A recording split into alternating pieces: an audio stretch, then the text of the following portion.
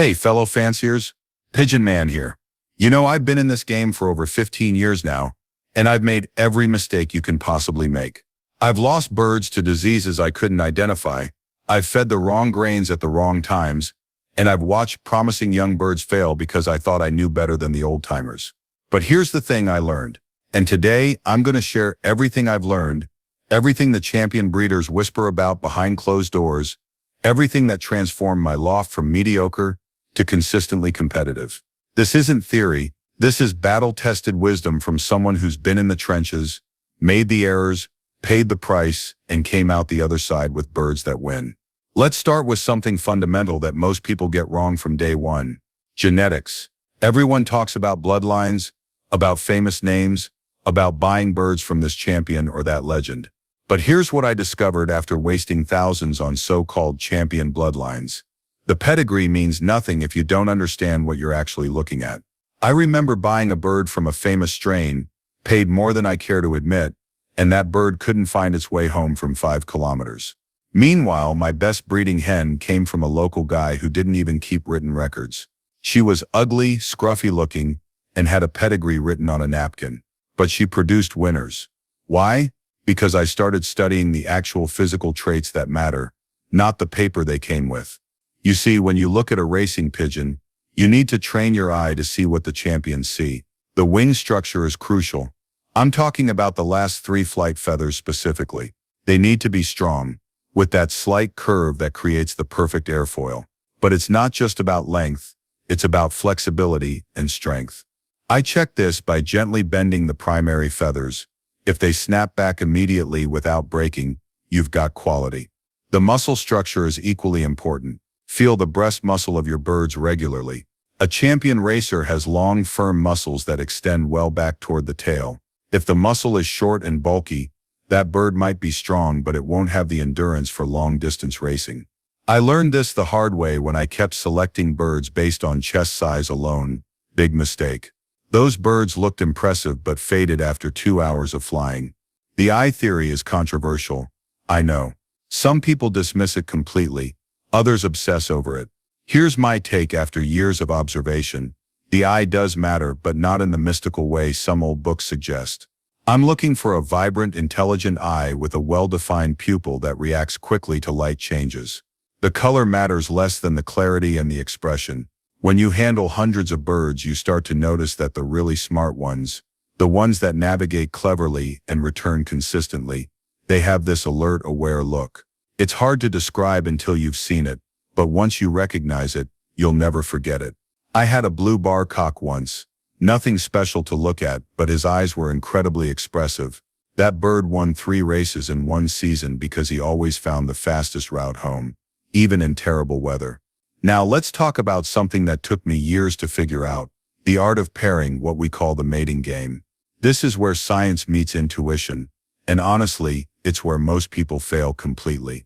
The old saying like to like works sometimes, but the real magic happens when you understand genetic compensation. I pair my birds based on what each one lacks.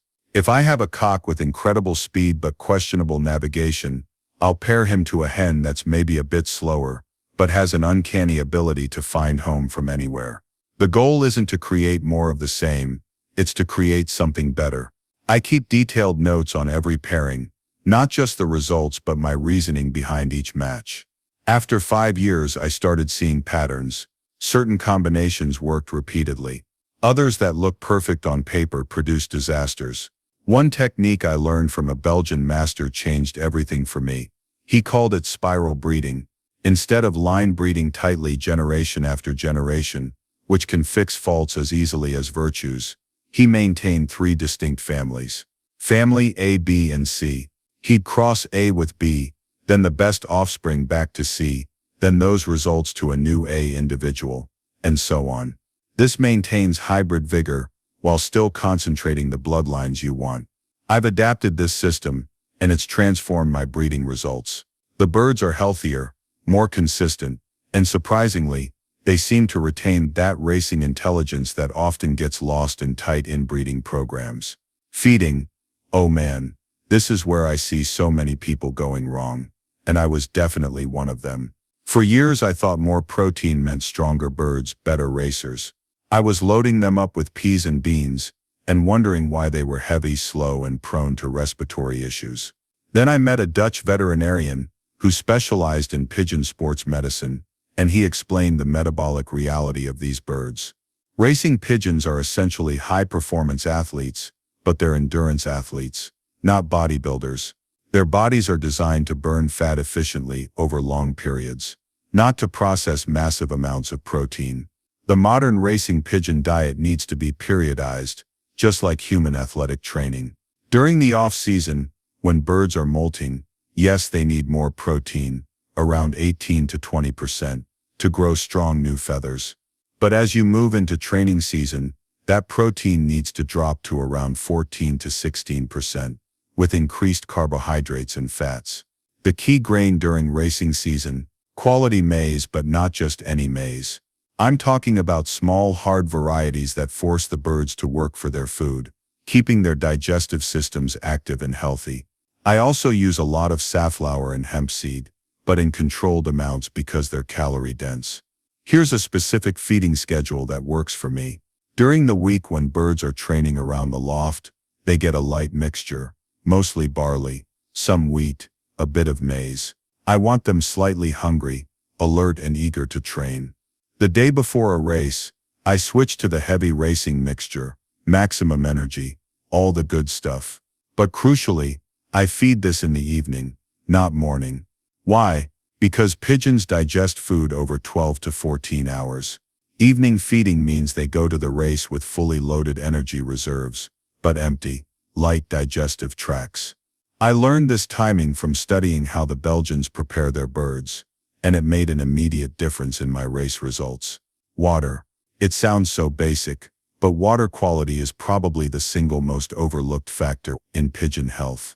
These birds drink a lot, and if your water is contaminated with bacteria or chlorine, you're sabotaging their health daily. I use filtered water, always, and I rotate through different supplements in the water, never all at once, always strategically. Mondays might be electrolytes to recover from the weekend's efforts. Midweek I'll use apple cider vinegar to acidify the digestive tract and prevent bacterial growth. Before racing I use specific energy supplements and sometimes light glucose solutions. But here's the key: clean fresh water is the foundation. Everything else is just optimization. Let's talk about health management, because this is where the amateur fanciers separate from the serious competitors. Racing pigeons are incredibly tough birds, but they're also susceptible to specific diseases that can destroy a racing season, if not managed proactively. The big three are respiratory infections, canker, and coccidiosis. I don't wait for symptoms. By the time you see a bird looking sick, the entire loft has been exposed. I have a veterinary protocol that I follow religiously, developed with a pigeon specialist over years of collaboration. Respiratory health is paramount. These birds are flying athletes, and their respiratory systems are working at maximum capacity during races. Even mild respiratory infections reduce performance by 20 to 30%, enough to turn a potential winner into also-ran. I maintain strict biosecurity, no visitors in the loft during racing season, dedicated shoes and clothes for the loft and regular screening. I use a nebulizer system with specific medications before important races. Not because my birds are sick, but to ensure their airways are completely clear and functioning at maximum efficiency. This isn't about doping, it's about health optimization. Canker, caused by trichomoniasis, is endemic in pigeon populations worldwide. Every bird carries it. The question is whether it's controlled or raging. I treat my entire team before the racing season starts, and then I maintain control with natural methods, apple cider vinegar in the water, specific probiotics and immune support. The traditional method of constant medication creates resistant strains and damages the bird's liver and kidney function. I've moved to a more holistic approach, and my birds are healthier for it. Now supplements. The market is flooded with products promising miracles, and I've tried most of them. Here's what actually works based on my experience and blood work analysis I've had done on my birds. Omega fatty acids are crucial, specifically from flaxseed oil and specific fish oils designed for birds. They reduce inflammation, improve feather quality, and support cardiovascular health. I add this to the feed 3 times a week during racing season. Amino acids, specifically the branched-chain amino acids, help with muscle recovery after hard races. I use these in the water when birds return from races over 300 kilometers. Electrolytes are essential, but not the sugary sports drink types marketed for pigeons. I use a specific veterinary formulation that mimics the natural electrolyte balance of pigeon blood. After a hard race, birds are dehydrated and electrolyte depleted, even if they don't look it. Proper rehydration within the first 2 hours of return is critical for recovery. I also use specific liver support supplements during the racing season. The liver works incredibly hard processing all the energy metabolites during flight, and supporting it improves recovery time dramatically. One supplement that surprised me with its effectiveness is specific probiotic strains. Not just any yogurt culture, but avian-specific probiotics that colonize the gut properly. Racing stress disrupts the gut microbiome, and a healthy gut means better nutrient absorption, better immune function, and surprisingly better mental state. Birds with healthy guts are calmer, more focused, and train better. I start my young birds on probiotics from weaning age, and I maintain them throughout their racing careers. Training methodology. This is where art meets science, and where I see the biggest differences between average lofts and champion lofts. It's not about just tossing birds and hoping they get fit. Every training flight has a purpose. Early in the season, I'm building basic fitness with short tosses in perfect weather. As fitness improves, I start varying the conditions. Different wind directions, different times of day, different release points. The birds need to learn to navigate in all conditions, because race day will throw surprises at them. I use a specific training progression that I've developed. Phase 1 is loft flying. Birds need to fly around the home loft for at least an hour daily, building wing strength and respiratory capacity. Phase 2 is short tosses, 10 to 30 kilometers, teaching them to orient and return quickly. Phase 3 is extending distance while maintaining frequency. Multiple 100-kilometer tosses are worth more than single 200-kilometer tosses at this stage. Phase 4 is specific race preparation, simulating race conditions, including crate training, transport stress, and release timing. The mental aspect of training is equally important. Racing pigeons are intelligent birds, and they need mental stimulation. I vary my training routes, use different release points, and sometimes train with other fanciers to expose my birds to different flocks. Birds that only know one route home struggle when races take unexpected directions. I also train my birds to enter the loft quickly. This race is won or lost in the seconds it takes to trap. My birds know that entering the loft means food, safety, and their mate. That motivation gets them through the trap faster than any physical conditioning. Let's talk about the secrets of the champions, the things they don't put in books or tell casual visitors. I've been fortunate to visit some of the greatest lofts in Belgium and the Netherlands, and I've noticed patterns that aren't discussed in standard pigeon literature. The first secret is ruthless selection. Champion lofts are small. They don't keep 50 breeding pairs. They keep 10 or 15 exceptional pairs. Every bird in the loft has proven itself or comes from proven stock. There's no sentimentality. I've watched a champion breeder cull a bird I thought was beautiful because it didn't produce winners. Brutal but necessary. The second secret is observation. These top fanciers know every bird individually. They notice subtle changes in behavior, droppings, eating patterns, vocalizations. They handle their birds daily, not just to check health, but to build the relationship that makes birds want to return home. A pigeon that trusts its handler, that associates human presence with safety and care, will push harder to get home. I've adopted this practice. Quiet time in the loft, just observing, just being present. The birds become accustomed to me, relaxed around me, and I catch problems before they become serious. The third secret is rest. Everyone focuses on training, but champions focus equally on recovery. After a hard race, birds need complete rest. No training, no stress, just quality feed, clean water, and peace. I give my birds 2 days of complete rest after races over 500 kilometers.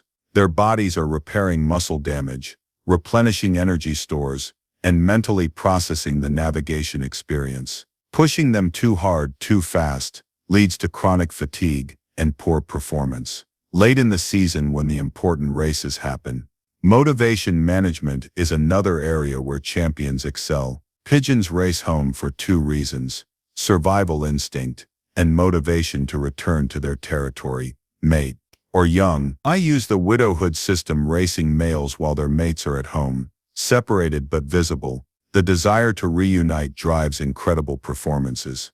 But managing this motivation is delicate. Too much separation and the birds become stressed and lose condition. Too little and they lack urgency. I adjust the separation period based on the individual bird's temperament and the race distance. Some birds need more motivation, some need less. Knowing your birds individually is essential. The final secret I'll share is patience and long-term thinking. Champion lofts aren't built in a season. The best bloodlines take years to develop and perfect. I've been working with my current family for 8 years, slowly refining, selecting, improving. Every season teaches me something new about these birds, about what works and what doesn't. The fanciers who jump from strain to strain, always looking for the next magic bloodline, never develop the deep understanding that creates consistent winners. Find good birds, commit to them, learn everything about them, and improve through careful selection and intelligent breeding. Young bird racing is a different game entirely,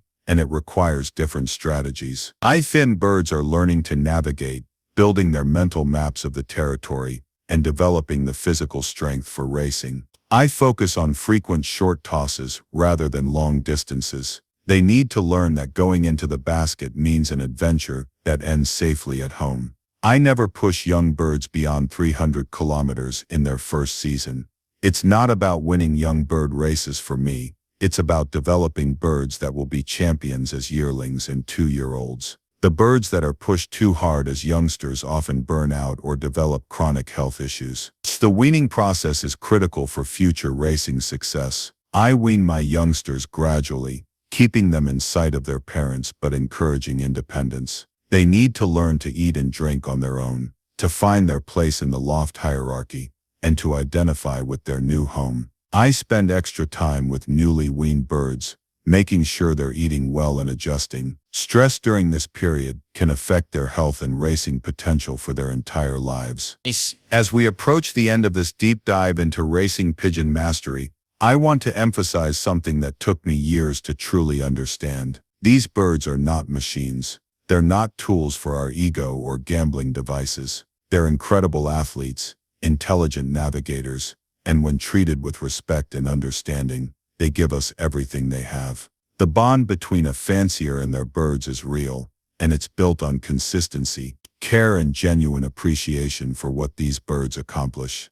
Every time I open the loft door and watch my birds spiral upward, catching the thermals, training with such obvious joy and purpose, I'm reminded why I fell in love with this sport. When they return from a 700-kilometer race, exhausted but triumphant, having navigated weather systems and terrain that would challenge human pilots, I'm in awe of their abilities. Our job as fanciers is to support these natural athletes, to provide the best possible care, training, and environment, and then to trust them to do what they've been bred for millennia to do. If you're starting out in this sport, be patient with yourself and your birds. You'll make mistakes.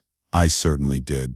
Learn from them, find mentors who are willing to share knowledge, but also trust your own observations and experiences. Every loft is different, every location presents unique challenges, and part of the joy is developing systems that work for your specific situation. Keep detailed records, be honest about your failures as well as your successes, and never stop learning. For those of you already competing, I hope some of these insights help you break through to the next level. The difference between good and great is often in the details, the timing of feeding, the specific supplement choice, the patience to rest birds properly, the courage to cull birds that don't measure up. Champion lofts are built on thousands of small decisions made correctly, consistently, over years. This is Pigeon Man, signing off from the loft. May your birds fly straight, may they return swift, and may you find the same joy in this magnificent sport that I have. Remember, every champion was once a beginner who refused to give up. Keep learning, keep improving, and most importantly, keep loving these incredible birds. Until next time, good flying.